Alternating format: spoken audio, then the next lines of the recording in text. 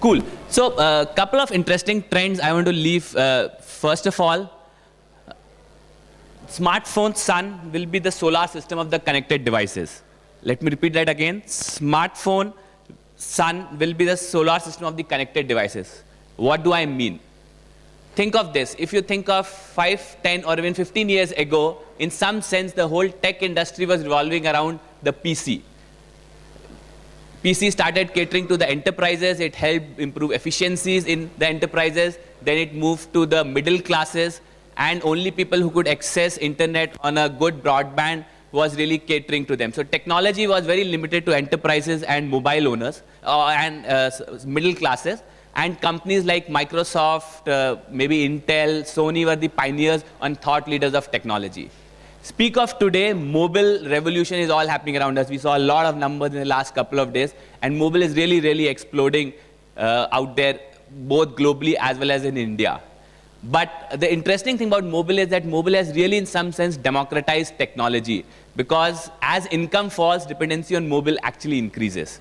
But if you think of the future, what's going to happen is that a lot of new devices are getting connected. It would be your smartwatch, it would be your TV, thermostat, your car, everything is getting connected. The whole Internet of Things revolution. But noteworthiness is this, that your mobile device will still continue to be the center of gravity. It will continue to be the sun of all the connected devices. If you take off the analogy of our solar system, you have the sun and you have all the planets and the supply chain. But this device, will continue to be the center of gravity. Second interesting thing which is happening is location. So, in some sense, Google became synonymous to desktop internet. Now their famously PageRank algorithm became the gateway of any kind of service. I want to read a news, I want to understand about how to do something, I would go Google it, and that's how it became synonymous. Similarly, if you think of it, your location is the PageRank of the real world. Now what do I mean by that? Say I stay in a particular place, I call it home. I travel to a particular place for work, I call it office. I go out with friends at particular restaurants. I travel from city A to city B. So if I know a location graph of an individual, I can tell a lot about them. And guess what? Mobile has the digital copy of your location. So using your location graph, you can do a lot of interesting targeting through mobile devices. So I think one of the key themes I would want to leave the marketer is that every medium has its own merits. Mobile has its own merits, and one key merit of this medium is your location. And you can do a lot of interesting stuff. You can do maybe city level targeting to hyper-local targeting, where we work with a lot of QSR restaurants. At the same time, you can also not just do that, but do points of interest targeting. For example, if you want to target malls, shopping places, or airports, mobile is a very interesting and a cost-effective medium to target them, especially as internet really trickles down to tier 2 and tier 3 cities. But the key question is, can mobile, which is having the digital copy, become your first brain? And I think this is really happening today. If you think of this, your PC and your mouse, you used to move anything on your mouse and something used to happen on the PC screen. Now something like this is happening on your mobile device, where your mobile phone has become the cursor of the real world. I do some clicks, a car comes to me. I do some taps on my phone, groceries delivered at home, or food is delivered at home. And this is happening across genres, whether you take entertainment, whether you take education in some sense in India, this is exactly what's happening. So what's going to do is that mobile phone will become the cursor of the real world, and what it has done is spawned something I call the last minute economy. As last minute, the point of inspiration to the point of transaction has really collapsed, where you can get to know about a product, see who else likes this, go ahead and purchase. The classical IDA model, which we all studied at B School, has now been collapsed thanks to all mobile, which has become the cursor of your real world. Talking about last minute, another interesting facet about India is that India is a culture and a country is very last minute, right? We all know that we are prepared for our exams during the last minute. Couple of days back, it was the time to file your taxes. I know all of us within our offices did it towards the last minute. Not just that, I'm sure the organizers would have burned the last minute oil to get this show up and running. Or we marketers, right? Our campaigns, I think somebody was sharing me yesterday, a campaign had to go live tomorrow, and the shooting was still happening. So we as a culture have always been last minute. And mobile, because it's the cursor of the real world, helps you do that. Speaking about culture, this is another fascinating part about us, right? So say, if an American or anyone from the West has to book a holiday, he or she goes to a particular app like an Expedia or an Orbitz, figure out the holiday, go ahead and book his holiday. However, if the same case has to happen here in India, this is such a complicated process. We first go to a Trivago or a TripAdvisor, we figure out which are the right holidays for me, then I'll try to break whether can I book my flight differently and my hotel differently, can I save a little bit of money, then as we are talking with somebody, you go on the desktop versus on the mobile, you figure out which is the right cheapest price for you, and then you go ahead and book it. Phew, it takes 30 minutes to book a simple holiday. But that's how we Indians are, that's how we book our holidays. We go to all these discount sites, and there's a triumph of achievement. If I tell you that there's a classic ad which comes, right, from Maruti, the iconic ad, Kitna Deti Hai, it's so true and so in our DNA in India. Now, because of this Indian culture, where we want to do so many different things, what it really has done, it has exploded a lot of choices, a lot of apps, a lot of contents out there. Today, every brand wants to get their app downloaded, gets to make an app. Because of this, there's an explosion of apps, messengers, or any kind of content devices on your phone. But one key thing which we forget in this whole process is that the mobile screen is still so limited. You can't compare it with a desktop screen. How many apps would a user have it on his phone? How many apps will he keep? And the churn rate of these apps is way too high.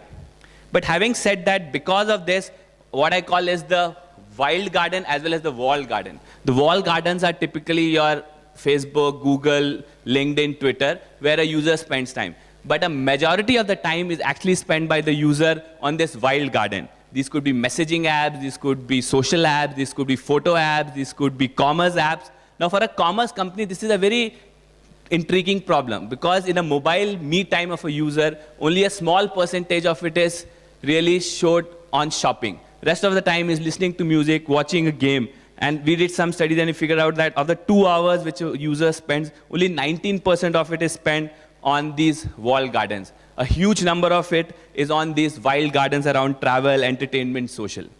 So the key question we at InMobi have been figuring out for the last couple of quarters, or in fact more, around a year or so, that advertising, which is the core purpose to help consumers discover new products and services, is really broken in this walled garden. In this 80% of user time, there's no one consistent walled garden where I can show my ads. So this made us thinking, and can we reimagine advertising in this mobile-first world? How can we reimagine mobile advertising, which is the whole objective of showing new products and services in the mobile-first world? So I'm sure a lot of you would have read it in the paper. We launched something called MEEP, the Discovery Platform for a Mobile-First World, basically transforming advertising into moments of discovery of new products and services, where we help consumers discover thousands of new apps, creating those billions of moments where they can find new products and services. Because the fundamental problem is that today we have a problem of plenty. Millions of photos, tweets, pins, messages are all hitting you. Now in that rushed environment, how can you really reach out to consumer in a form of where you help him discover new products and services? And that's what we launched recently. Let me show a little bit of examples of what I'm talking about. So this is the first example. Say you are on an app. This is a food-related app where you're reading something about food. Now when you're talking about food,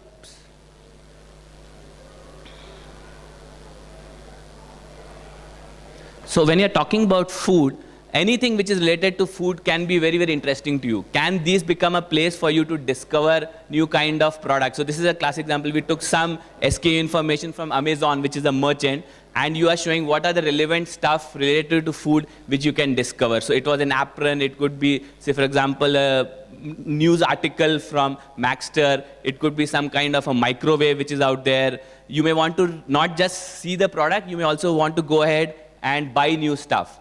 So like for example, we can have the whole payment mechanism integrated here. Let me show you another example. Right? We talked a lot about story. Rahul was yesterday talking about storytelling on mobile. So, for example, we talk about Game of Thrones. I'm sure a lot of us watch that, like that series. Now, but when you think of Game of Thrones, it's not just the character, right? You may want to see about what's the new series coming. You want to see a merchandise on it. So this is the example, the center one. So you are on a social feed app, and that's where you see, say, for example, Game of Thrones. Now, when you think of Game of Thrones, you think of the character, you think of the movie, you think about the trailer which is coming out there. You may want to go to a BuzzFeed article. Maybe you want to see a merchandise. Now, can that whole content, community, and commerce be integrated within a particular app unit so that you discover new stuff? So this is an article about, say, Games of Thrones. Then there'll be a T-shirt where you want to buy, and these are all impulse-driven purchases. You can do that. So we are trying to stitch the whole narrative around content, around commerce, around community, all within the ad unit. And that's what Meep is trying to do. And since Yuvraj was coming, I had to show a little bit of cricket example. So this is the third example I want to show.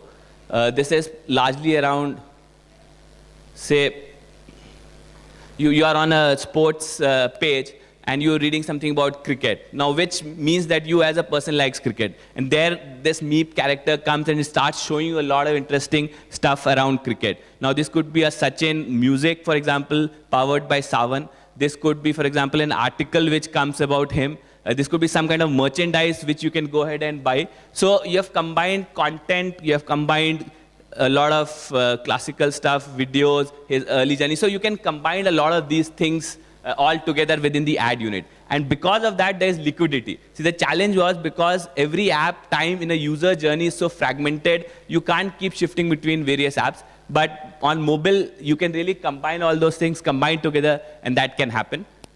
So what we are saying is, sorry, we saw the era of e-commerce. Then, of course, we can have the era currently of m-commerce. But the next future of commerce would be basically d-commerce, or what I call discovery commerce. Thank you.